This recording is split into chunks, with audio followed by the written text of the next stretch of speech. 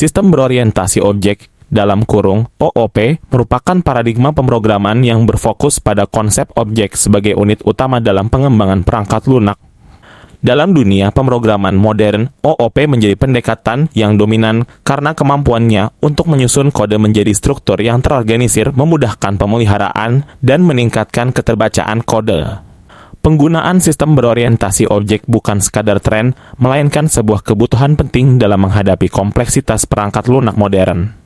Tujuan dari video ini adalah memberikan pemahaman yang jelas mengenai kebutuhan sistem berorientasi objek sehingga pembaca dapat mengimplementasikannya dengan efektif dalam proyek pengembangan perangkat lunak mereka. Kebutuhan sistem berorientasi objek mencakup serangkaian prinsip dan fitur yang membentuk dasar dari paradigma pemrograman berorientasi objek dalam kurung OOP.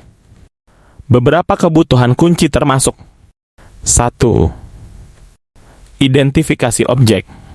Objek dalam sistem harus dapat diidentifikasi dan direpresentasikan sebagai instansi kelas dengan karakteristik unik. 2. Pewarisan. Objek harus dapat mewarisi sifat dan perilaku dari kelas yang lebih umum, memungkinkan hierarki dan pengelompokan yang logis. 3. Enkapsulasi. Data dan metode yang berhubungan dengan suatu objek harus terkandung dalam objek itu sendiri, membatasi akses dari luar dan meningkatkan modularitas. 4. Polimorfisme. Objek yang berbeda dapat memberikan respons yang berbeda terhadap operasi atau metode yang sama, meningkatkan fleksibilitas dan kebergunaan.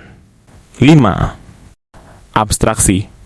Objek dan operasi yang berkaitan harus dapat diabstraksi untuk menyederhanakan kompleksitas, memudahkan pemahaman dan penggunaan sistem. 6. Kelas dan instansi. Objek dikelompokkan dalam kelas yang berisi atribut dan metode bersama, sementara instansi mewakili objek spesifik dari suatu kelas.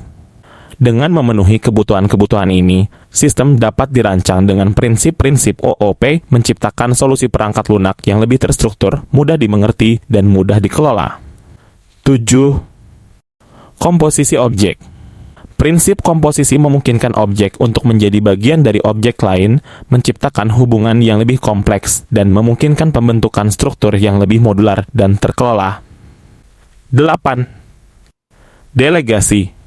Melalui delegasi, objek dapat mempercayakan atau mendelegasikan tanggung jawab tertentu kepada objek lain, mendukung desain yang lebih fleksibel, dan meminimalkan ketergantungan antar objek. 9. Manajemen siklus hidup objek. Memahami dan mengelola siklus hidup objek, termasuk penciptaan, penggunaan, dan penghancuran, adalah aspek penting untuk meningkatkan efisiensi dan mengelola sumber daya secara optimal.